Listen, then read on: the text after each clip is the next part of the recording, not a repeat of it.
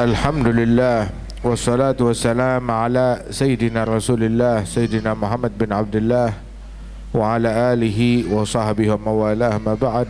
Allahumma salli wa sallim ala Sayyidina Muhammadin tibbil qulub wa diawaiha wa afiyatil abdan wa shifaiha nuril absar wa dhiyaiha ugutil arwah wa ghidhaiha wa ala alihi wa sahbihi ajma'in ma ba'd.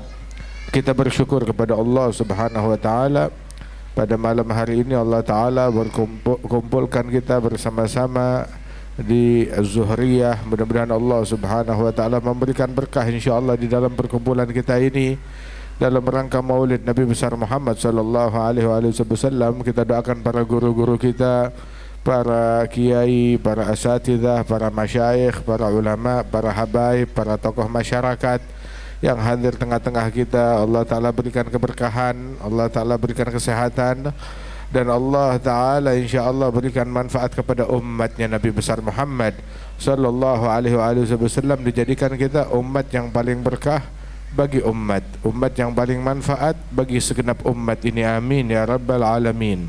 Alhamdulillah.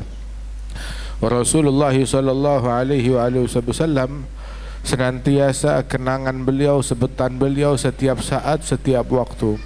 Bukan hanya di bulan Rabiul Awal atau Rabiul Tsani, tetapi tiap saat, tiap waktu. Kenangan Rasulullah, nama Rasulullah, sebutan Rasulullah dikumandangkan, diagungkan, dimuliakan.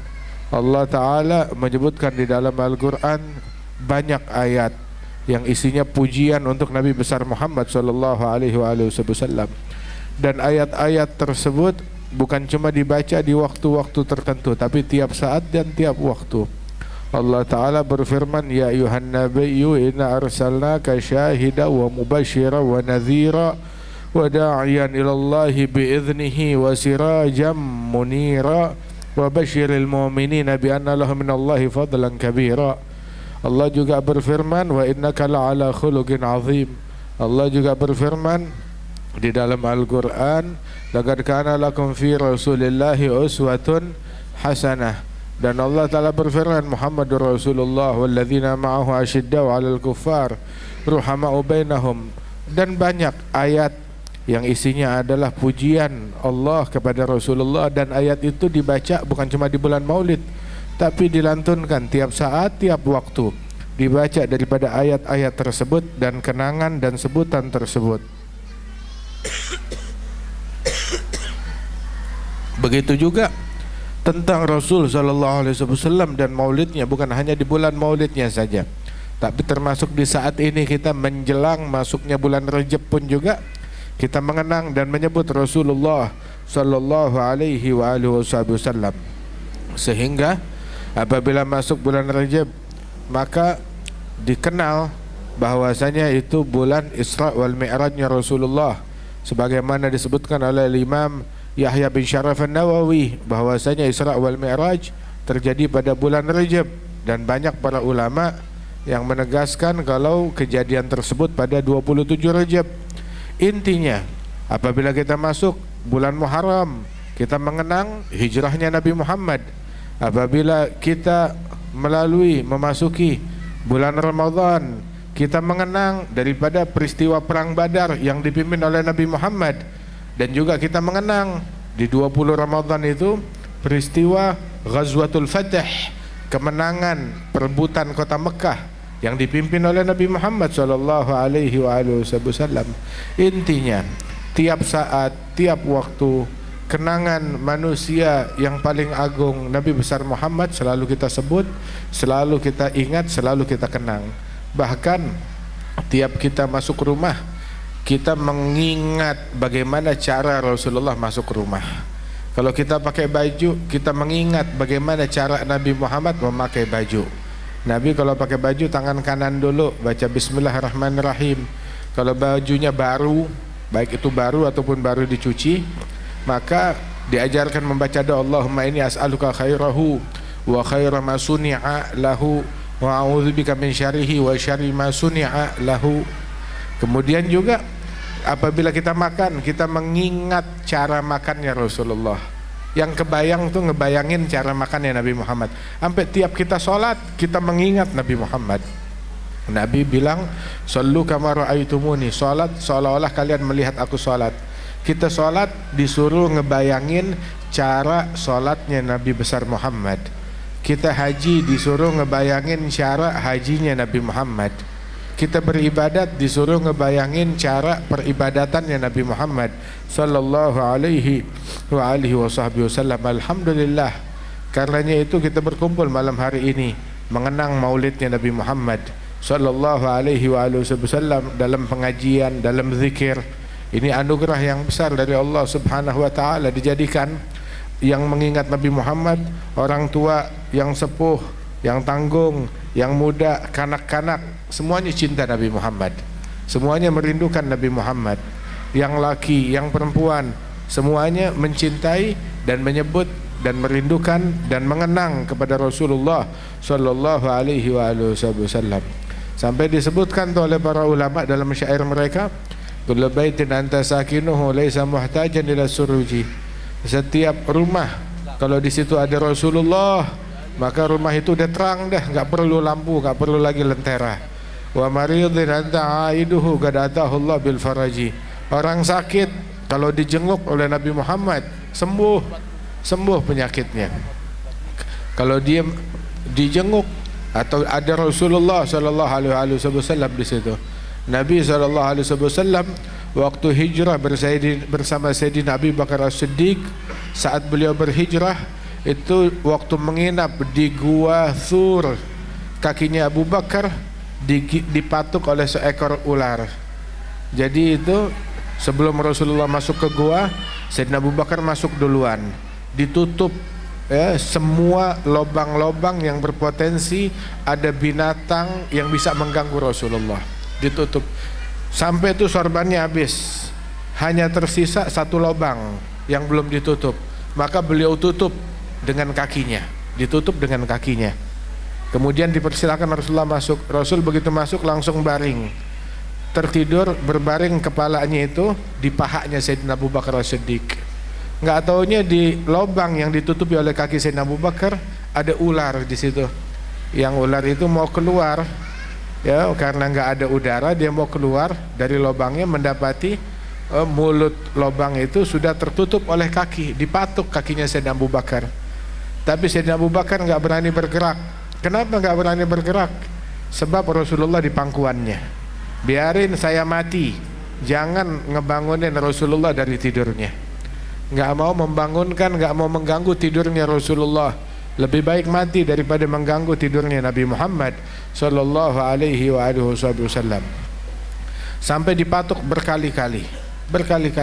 Itu nggak berasa air mata mengalir di pipinya, menetes.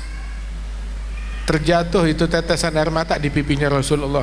Rasul terbangun, bilang, Abu Bakar, kamu menangis. Naam, kenapa? Ada ular mematuk saya Rasulullah. Rasul bangkit, ayo keluarkan, dikeluarkan itu luar, dikeluarkan dari goa. Kemudian dilihat mana bagian yang luka, di kakinya yang dipatuk ular. Itu Rasulullah sallallahu alaihi wasallam, ya, beliau masukkan jarinya di mulutnya, dibasahi dengan liurnya Nabi Muhammad, terus ditempelkan di bagian yang luka dari Sayyidina Abu Bakar As-Siddiq. Sayyidina Abu Bakar bilang langsung sembuh, hilang sakitnya saat itu juga. Hilang sakitnya saat itu juga. Itu mukjizatnya Nabi besar Muhammad sallallahu alaihi wasallam. Bahkan diriwayatkan tuh waktu di dalam suatu peperangan ada sahabat Rasulullah itu tangannya kena tebas, putus. Datang kepada Nabi Muhammad, ya Rasulullah, yadi, tangan saya Rasulullah, putus tangannya. Maka dipegang tuh tangan yang putus, ditempelin lagi ke bahunya tuh orang, nyambung lagi, sehat lagi. Berkatnya Nabi Muhammad sallallahu alaihi wasallam.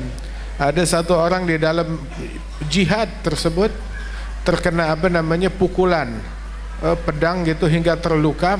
Itu saking kencangnya itu pukulan sampai matanya itu keluar, menjulur, ngegantung di pipi. Kalau itu kan ya udah buta, udah cacat, tapi belum putus. Itu matanya ngegantung di pipi. Bilang, ya Rasulullah, aini, mata saya ya Rasulullah. Maka Nabi Muhammad pegang tuh mata, dimasukin ke lubangnya, ditiup oleh Rasulullah.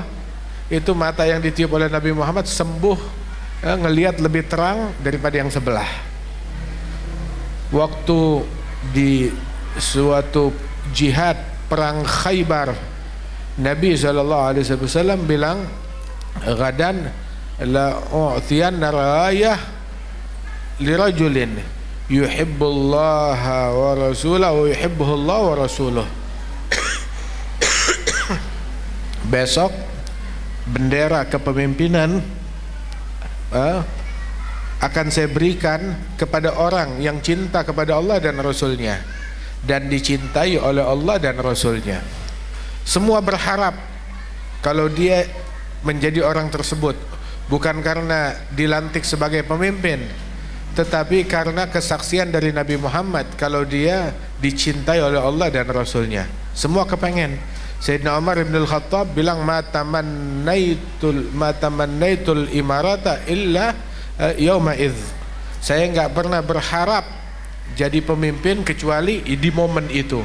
Bukan karena jabatannya, saya enggak kepengen jabatan, tapi saya kepengen kesaksian bahwasanya dicintai oleh Allah dan Rasulnya, mencintai Allah dan Rasulnya, dicintai oleh Allah dan Rasulnya. Itu yang saya cari, itu yang saya kejar. Maka begitu keesokan harinya datang, Nabi mencari-cari. Terus tahu-tahu Nabi, semua sahabat berharap dia yang dipanggil, tapi Nabi berkata, aina Ali bin Abi Thalib? Mana Ali bin Abi Thalib? Kenapa enggak kelihatan Ali bin Abi Thalib? Dia bilang, ya Rasulullah, Ali bin Abi Thalib sakit. Matanya itu sakit ramad. Tahu gak ramad? Belekan, perih, nggak bisa dibuka matanya, lengket, nggak bisa dibuka. Sakit apa namanya itu? Ramad. Disebutnya ramad. Itu sekarang tuh namanya belek yang nggak bisa dibuka matanya. Penyakit yang umum di sana. Dia nggak bisa ngelihat, matanya sakit. Maka Rasul bilang, panggil, suruh datang. Datang, dituntun ke hadapan Nabi Muhammad. Jalan aja nggak bisa, kalau dilepas nabrak. Dibawa ke hadapan Rasulullah, diusap matanya oleh Nabi Muhammad, ditiup matanya oleh Nabi Muhammad. Sayyidina Ali bilang, sejak saat itu saya nggak pernah mengeluhkan sakit mata. Mata saya nggak pernah sakit dan juga ngelihat terang berkat ditiup oleh Rasulullah Shallallahu Alaihi Wasallam. Udah gitu Nabi serahkan ini bendera kepemimpinan, pimpin pasukan untuk menyerbu Khaybar yang gak berhasil ditembus oleh kaum muslimin. Berhari-hari mereka berupaya menembus, gagal. Sekarang kamu tembus, maka jangan berbalik, jalan sana. Terus Sayyidina Ali bin Abi Thalib yang sembuh saat itu juga, dia nanya, ya Rasulullah, kamu mau saya ngapain? Maka Nabi bilang, kalau kamu idza kunta bisahatihim, apabila kamu sudah ada di hadapan mereka, ud'uhum ilal Islam, ajak mereka kepada Islam. Buka lagi kesempatan bagi mereka yang mau menyerah begitu ataupun yang mau masuk Islam, buka peluang siapapun. Artinya mereka sudah banyak mengkhianati, udah terjadi pertempuran, udah terjadi peperangan, tapi Rasulullah nggak menutup pintu bagi orang yang mau balik. Bilang, silahkan ajak siapa yang mau balik. La an yahdiyallahu bika rajulan wahidan khairun laka min humrin na'am. Satu orang ngikutin jalan hidayat di tanganmu, itu lebih saya sukai daripada kamu serahkan saya harta karun kemenangan. Bukan itu yang saya cari. Satu orang menempuh jalan hidayat lebih saya sukai daripada harta yang kamu bawakan. Udah jalan Sayyidina Ali bin Abi Thalib hingga Allah Ta'ala berikan kemenangan. Ada Sayyidina Ali bin Abi Thalib. Kemudian juga banyak di antara para sahabat Rasul Sallallahu Alaihi Wasallam yang dapat doanya Rasulullah dan Allah Ta'ala berikan yang punya hajat. Ada satu orang buta datang kepada Rasulullah, doain saya biar bisa ngelihat. Nabi bilang, kalau kamu mau, kamu sabar dapat surga. Kalau kamu mau, ya saya doain. Bilang, saya udah sabar banget ya Rasulullah. Ya, saya pengen bisa ngelihat, terus doain saya juga masuk surga. Ya sudah, kata Rasulullah, saya ajarin. Ya, kalau kamu punya hajat, mata pengen bisa ngelihat, kata Rasulullah, gampang. Ambil wudhu yang benar, wudhu untuk sholat. Udah gitu sholat 2 rakaat. Begitu salam dari sholat, kamu doa, Allahumma inni as'aluka bi Muhammadin an-nabiyyi rahmah. Ya Allah, aku berdoa kepadamu dengan bertawassul kepada Nabi Muhammad, Nabi rahmat, agar engkau membuat mataku yang buta ini bisa ngelihat lagi. Allahumma syafi'hu fina. Ya Allah, izinkan syafaat Rasulullah agar saya bisa ngelihat lagi. Udah doanya selesai belum? Kata Rasulullah, udah gitu kamu bilang, ya Muhammad, ya Nabi, ya rahmah. Wahai Muhammad, wahai Nabi pembawa rahmat, inni atawassalu bika ilallah. Saya bertawassul denganmu ke hadapan Allah, berdoa meminta kepada Allah dengan wasilah, dengan perantara engkau, agar Allah mengabulkan hajat saya. Allahumma syafi'hu fina, Allahumma syafi'hu fina. Diajarin tuh doa. Sudah, dia pergi, dia ambil wudhu, dia sholat di ruangan yang berbeda, dia doa, hatta manggil tawasul kepada Nabi Muhammad, ya Muhammad ya Nabi rahmat, di ruangan yang berbeda. Nabi sama sahabat di tempat lain. Nggak lama tuh orang masuk ke ruangan, sahabat tuh sampai bilang, saat dia masuk seolah-olah nih orang nggak pernah buta, melek, bisa ngelihat, sembuh saat itu juga, disembuhkan, bukan sakit, buta aja bisa ngelihat lagi, berkat Rasulullah Shallallahu Alaihi Wasallam. Sampai Nabi ngajarin, kalau engkau punya hajat sesuatu, lakukan tuh hal yang sama, diajarkan oleh Rasulullah. Dalam riwayat yang lain, jangan ajarin ini doa kepada orang gendeng, ya akhirnya doa yang kagak-kagak, malah mencelakakan dirinya dan orang lain. Waliyadzubillah min dzalik. Hakadha. Nah, Rasul sallallahu alaihi wasallam, siapa aja kalau orang dekat sama Nabi Muhammad dapat solusi. In tuti'uhu tahtadu. Kalau kalian mentaati sang Rasul, kalian bakalan dapat hidayat. Nah, kita turutin Rasulullah, ikutin sunnahnya, jalanin syariatnya. Apa yang diperintahkan oleh Nabi Muhammad, kerjain. Apa yang disuruh oleh Rasulullah, laksanakan. Yang dilarang oleh Nabi Muhammad, jauhin. Nah, ma amartukum fa'tu minhu mastata'tum wa ma nahaitukum anhu. Hal yang saya perintahkan kalian, laksanakan sebisa kalian. Yang saya larang, jauhin sejauh-jauhnya. Begitu kata Rasulullah sallallahu alaihi wasallam. Sesungguhnya yang membinasakan umat sebelum kalian adalah kathratu masailihim wa ikhtilafuhum ala anbiya'ihim.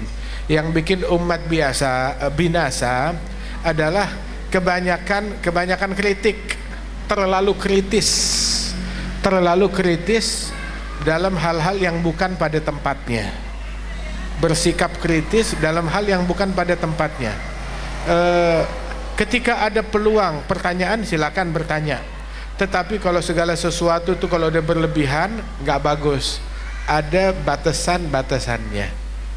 Jangan sesuatu yang kita nggak paham, oh berarti nggak usah dikerjain. Saya nggak paham apa rahasia sholat, jadi nggak usah sholat. Keliru. Sholat walaupun kita nggak paham. Apa sih hikmah dari sujud? Saya nggak ngerti, jadi saya nggak mau sujud. Ya salah. Walaupun kamu nggak ngerti hikmahnya sujud, kerjain dulu, sujud dulu, laksanakan dulu. Entar seiring waktu kita bakalan paham, bakalan ngerti, kita cari tahu, kita pelajarin hikmah-hikmah yang terkandung di dalam itu semua. Termasuk juga kaum wanita diajarin buat tutup aurat. Ada suatu hikmah yang diajarkan oleh Rasulullah Sallallahu Alaihi Wasallam. Itu kaum wanita yang menjaga auratnya, menjaga kehormatannya, menjaga kemuliaannya dengan menutup auratnya dengan benar. Diajarkan demikian oleh Rasul Sallallahu Alaihi Wasallam. wala tabarrajna tabarrujal jahiliyatil ula. Buka-bukaan aurat ya, itu adalah budaya jahiliyah. Nutup aurat itu bukan budaya Arab, itu ajaran Islam. Kalau budaya Arab buka-bukaan aurat. Budaya Arab dulu tuh buka-bukaan aurat. Disebut dalam Al-Quran tabarrujal jahiliyah. Tabarruj, buka-bukaan aurat yang dilakukan oleh orang-orang jahiliyah terdahulu. Itu kebiasaan mereka. Tapi Islam yang mengajarkan untuk tutup aurat dengan benar. Orang laki ada auratnya yang harus dia tutup. Orang perempuan juga harus menutup aurat dengan benar, diajarkan oleh Rasulullah Sallallahu Alaihi Wasallam. Yang buka-bukaan aurat dalam riwayat disebut la'anallah an-nazir wal manzur. Allah melaknat yang melihat ataupun yang dilihat. Ada satu orang tuh kelihatan pahanya orang laki. Terus Nabi bilang ustur fa innal fakhad minal aurah. Tutup, sebab aurat paha itu adalah dari aurat, harus ditutup auratnya orang laki. Begitu juga auratnya perempuan, jaga kehormatan mereka, jaga kemuliaan mereka. Islam bukan mau mengkurung, tetapi Islam mau memuliakan dari kaum wanita. Mudah-mudahan Allah Ta'ala berikan kemuliaan kepada kita. Allah Ta'ala berikan kita kesehatan batin, kesehatan zahir. Allah Ta'ala jadikan kita orang yang manfaat, orang yang berkah, orang yang dekat dengan Nabi Muhammad Sallallahu Alaihi Wasallam. Guru-guru kita dijaga oleh Allah Ta'ala. Segenap para sepuh di wilayah ini Allah Ta'ala berikan kesehatan, afiat, keberkahan. Haji Abdurrahman juga dan semua yang hadir tengah-tengah kita, wabil khusus mereka yang mentaksis musalla ini, almarhum Haji Juhri, Allah Ta'ala insyaAllah angkat derajatnya, dan Allah Subhanahu Wa Ta'ala yarham al-mutaqaddimin, para pendahulu kita di kampung ini, di musalla ini, wa yataghashahum birahmatil jannah, yakhtim lana wa lakum bil husna wa huwa radin anna fi khairin wa lutfin wa afiyah. وإلى حضرة النبي الفاتحة.